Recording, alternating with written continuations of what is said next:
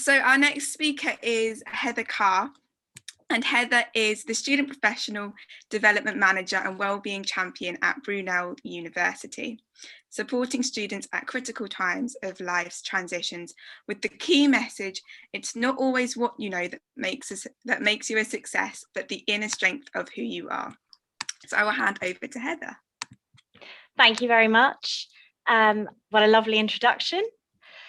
And it's my absolute pleasure to be here with you all today. I'm just going to get straight on it and start, because echoing what our previous speakers have said, this is the time to start reflecting and thinking about you. So I'm just going to share my screen here. Okay. So the topic of my talk today is qualifying your resilient health. So working at a university and as educators, we put a lot of emphasis on academic qualifications and what they mean and where they can take us in terms of our own futures and our professional development, and also our students. Because fundamentally what we're doing is starting to build upon the foundations of our future leaders. However, I think John put it perfectly earlier when he said, COVID-19 has made the world a real mess right now, and especially for education and what qualifications look like and our future working industry.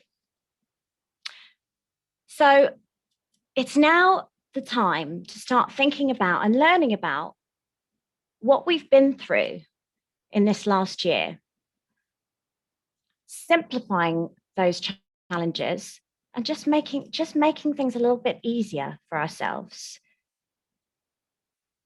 So recruitment and roles, the job market, the qualifications, assessment patterns are all completely changing. This whole year has just been, well, it's just turned everything upside on its head. But qualifications aren't necessarily just assessments now. What we are finding is that leading businesses are now looking for a lot more. They're starting to actually recognize and qualify character building behaviors and competencies. So our future leaders, our students in higher education, need more than just their academic qualifications. For us as educators, it's our responsibility to keep reflecting upon ourselves, identifying what's happening in the markets and around us, being mindful and embedding that knowledge, embedding what we see into what we teach and into the curriculum. So what we need to do is start to build a new criteria with both academic and character resilience. Oh, this one is another woman talking there. Zuma in London, she is giving the talk. Success story. Sorry, just interruption with some feedback there. Okay, so moving on, just very, very quickly, I'm going to touch upon how we start to reassess and reflect upon what these new qualifications look like. So a report by Pearson and CBI in 2009 could not define what character resilience looked like. They did, however, keep coming up with the same three themes. And these three themes were what they reported as what makes students work ready. So it's skills and knowledge, we know that, but it's character.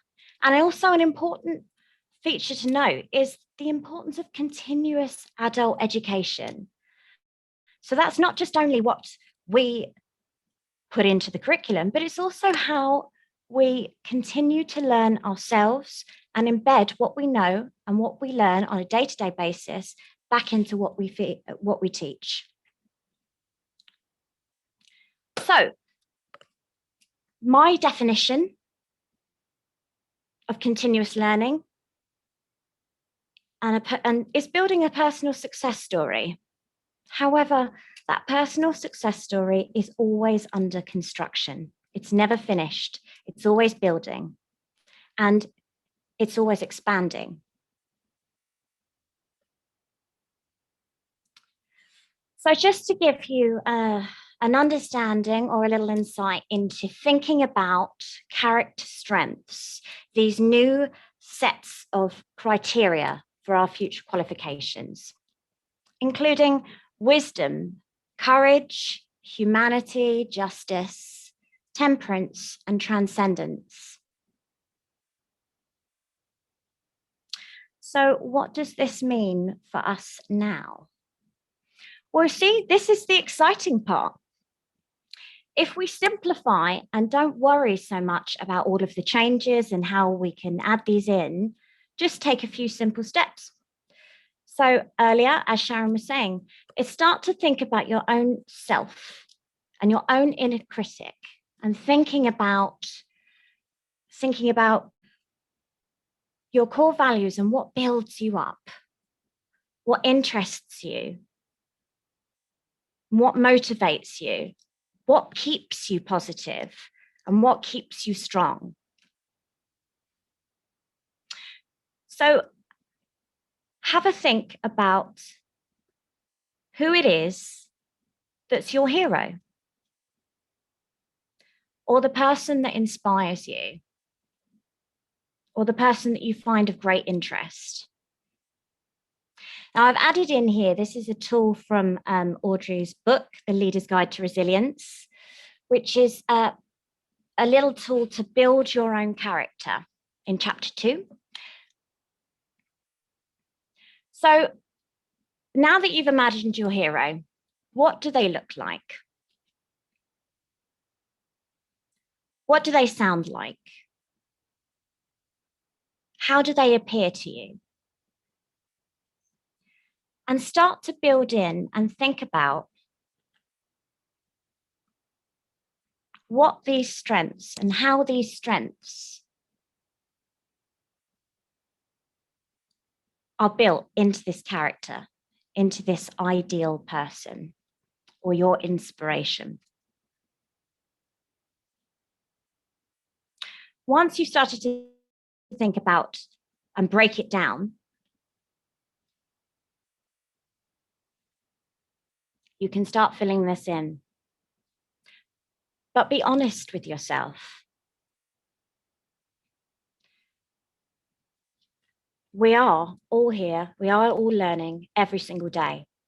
And just as a simple story of reflection, this whole year for me, transferring from physical events to physical classroom teaching, to meeting and seeing my colleagues on a day-to-day basis, they were my inspiration. My everyday inspiration was talking to people, meeting new people, and getting inspired by what they were saying and what they were doing.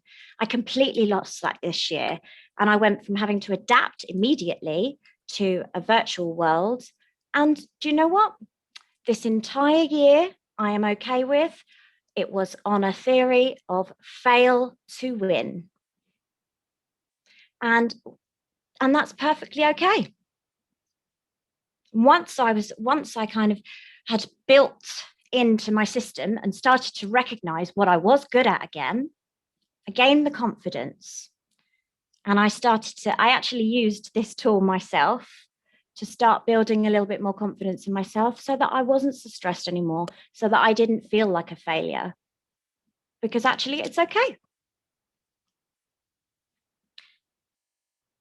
So once you've started to fill this out and you started to really think about what traits, what positive things, what inspires you in this ideal character, it's then time to start doing it for yourself. And this is the exciting bit.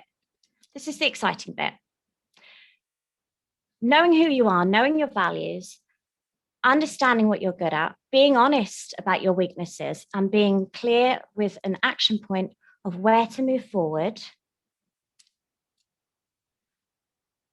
will start to give you, it will start to give you a stepping stone on how to build qualifications and criteria to support future leaders and your students.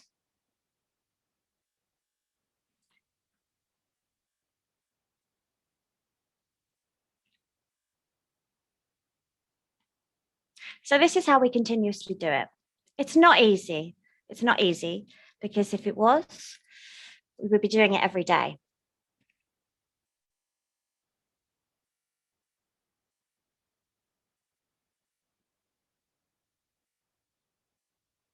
Okay.